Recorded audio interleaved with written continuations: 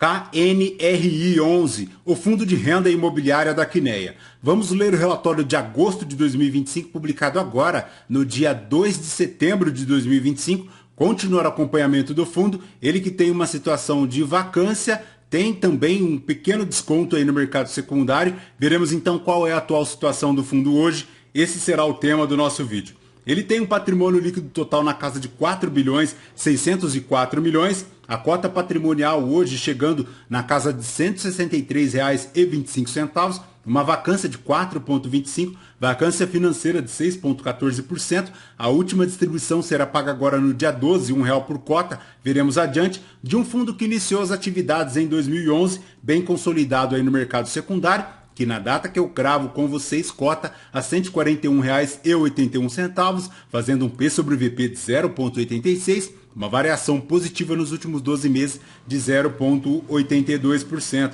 A cotação do KNRI11 chegou aos R$ 125,05 em dezembro de 2024, desde então buscou uma pequena recuperação, já atingindo inclusive R$ 148,71 e agora repousando na casa dos 141, dando um P sobre VP de 0,86, 14% de desconto em relação ao patrimonial. O último pagamento de dividendos do fundo ocorrerá agora, no dia 12 de setembro de 2025, segue R$ 1 por cota, fazendo um yield mensal de 0,71, anual de 8,51%. Se o cotista tivesse investido R$ 1.000 há 2 anos em KNRI11, teria hoje R$ 1.036,30, bem pouquinho, né? Tudo isso já considerando o reinvestimento dos dividendos. Conforme vemos aqui no gráfico do Investidor 10, apesar dessa pequena recuperação do KNRI11 no mercado secundário, ele não consegue superar o IPCA, não supera o IFIX e também não supera o CDI, retornando no período apenas 3,63%,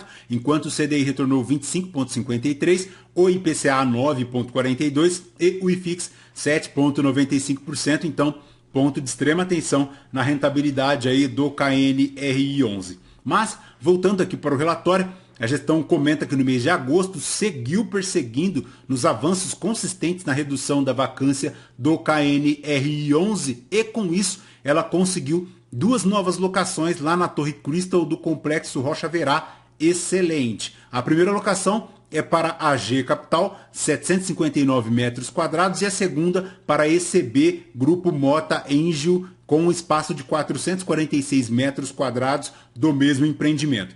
Com isso, a vacância física do fundo encerrou em 4,26% ante a 4,35% e a vacância financeira de 6,14% ante a 6,15%, e a vacância financeira ajustada pelas carências previstas nos novos contratos de locação de 6,99% ante 7,07%. Então, parabéns à gestão, excelentes movimentações.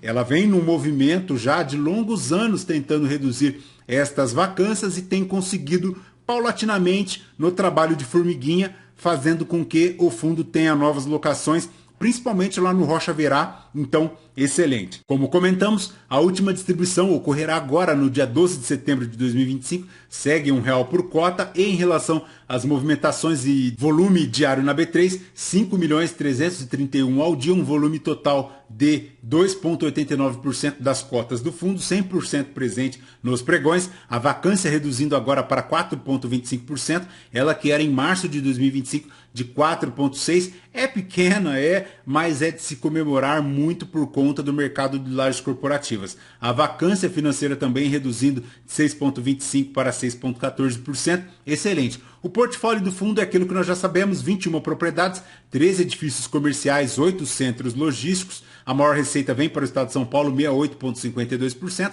mas o fundo também está no Rio de Janeiro e no estado de Minas Gerais. A maior receita por tipologia vem dos escritórios, 55,92%, 44,08% para logístico. A maior indexação é o IPCA, 69,76%, enquanto os contratos ficam aqui com 55 versus 44 entre típicos e atípicos, e em relação ao prazo médio dos contratos remanescentes é de 3,54 anos, já 3,02 anos para escritórios e 4,19% para ativos de logísticas. No vencimento dos contratos, 1% agora em 2025, para as revisionais, 7% agora em 2025 ficam para os escritórios, 1% para os logísticos, e o fundo tem aqui o incremento de receitas através da absorção das carências, agora chegando na casa de 150 mil em outubro de 2025, excelente. Este incremento segue até 554 mil reais em maio de 2026, ponto positivo. Em relação ao portfólio, são mais de 150 inquilinos espalhados entre São Paulo, Minas Gerais e Rio de Janeiro. A maior vacância do fundo segue lá o estado do Rio de Janeiro, com os escritórios na vacância financeira 77%. A vacância por portfólio, vacância física, escritórios 12,64%. Já o logístico ficando com apenas 2,71%. E em relação à distribuição dos contratos, 14% para serviços, mas ele tem aqui também financeiro, comércio, indústria, logística, tecnologia e engenharia. São ao todo 721 mil metros quadrados espalhados entre 13 edifícios comerciais e 8 galpões. Lembrando que os maiores preços ele consegue com as lajes corporativas, porque os galpões têm preços médios aí na casa de R$30, já as lajes corporativas chegam até R$100, então por isso que a maior predominância aqui das receitas vem das lajes corporativas. São diversas lajes aqui em São Paulo e também diversos centros de distribuição, além de centros de distribuição e lajes corporativas no Rio de Janeiro e também em Minas Gerais. Em relação às vacâncias, segue lá aquela situação que já sabemos, 4,47 no Rocha Verá, tem aqui 2,69 também na Torre Crystal, lá do Rocha Verá, tem aqui uma alavancagem em relação ao Bill Square, no montante de 195 milhões, no Bradesco, uma taxa média de TR mais 9,5%,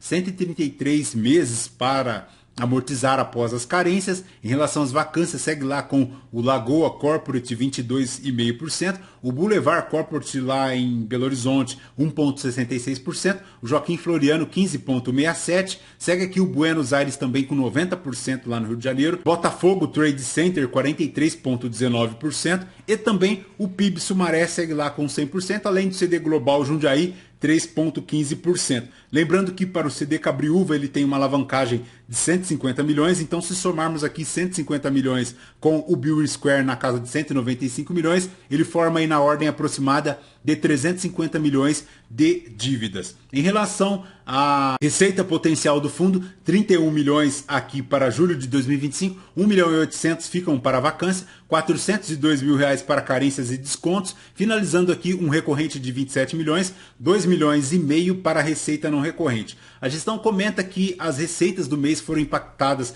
pelas antecipações feitas pelos inquilinos neste mês de 1 milhão 890 e no mês anterior também foram realizadas antecipações no montante de 2 milhões 560 mil. Para a DRE do fundo, agosto de 2025, 25 milhões 382 foram o resultado. Ele tem aqui 28 milhões de distribuição, então ele faz 90 centavos por cota de receita e distribui R$1, consome 10 centavos da reserva. Ele tem também um saldo de RMG de 63 milhões 613 mil reais, consumindo zero agora em agosto de 2025. Na composição das receitas, é aquilo que já sabemos, a maior contribuição vem aqui dos aluguéis, mas ele tem receitas financeiras, 10 centavos de consumo. Em relação aos aluguéis, ele inicia aqui em agosto de 2025 com um saldo de 129 milhões no caixa, recebendo os aluguéis, as receitas, pagando todo mundo direitinho. Finaliza lá em agosto de 2025 com 131 milhões no caixa, o que é ponto positivo. Em relação ao patrimonial do fundo,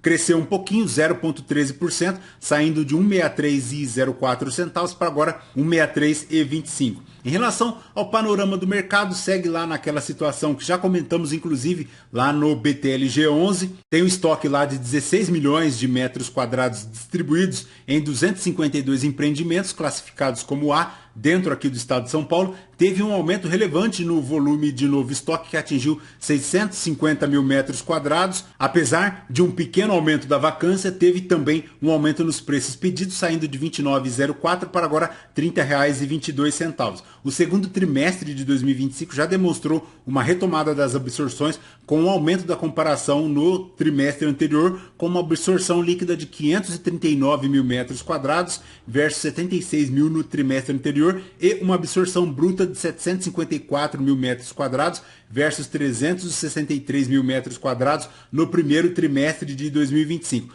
Conforme verificamos aqui, a vacância dos galpões logísticos decrescendo ao longo dos anos, desde 2016, saindo lá de 26,68% para agora 9,24%, ponto extremamente positivo, e a evolução do preço pedido da locação, saindo de R$ 17,70 em 2020 para agora R$ 30,24. Em relação às lajes corporativas classificadas como A e B, aqui no estado de São Paulo, manteve a trajetória de melhora no segundo trimestre de 2025 e aumento da ocupação com um ritmo moderado das novas construções, exercendo um impacto positivo na taxa de vacância, com o valor médio pedido dos imóveis classificados como A na casa de R$ 97,23 o metro quadrado. Então, ponto positivo. São 790 edifícios, a vacância decrescendo agora para 18,91%, ponto positivo, e o preço pedido também chegando a R$ 97,23.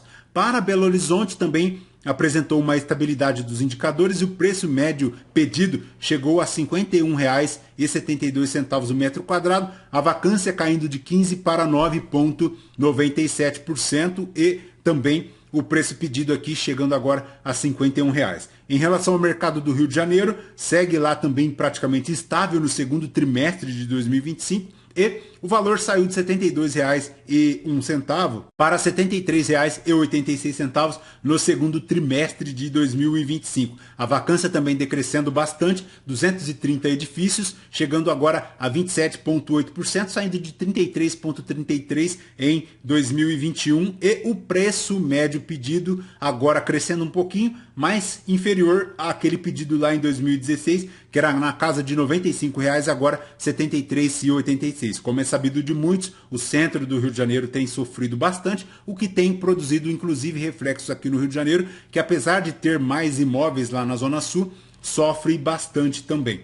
Perfeito, pessoal? Dica NRI 11 é basicamente isso. Lembrando que este vídeo não é a recomendação de compra ou de venda de nenhum dos ativos aqui mencionados. Aos novos inscritos, bem-vindos. Você que permanece conosco, muito obrigado por isso também. E você que ainda não é inscrito, considere se inscrever. Deixe seu like, seu joinha, porque tudo isso nos fortalece aqui na produção de conteúdos. Perfeito? Voltamos então com vocês no próximo vídeo. Fraterno abraço a todos. Até mais.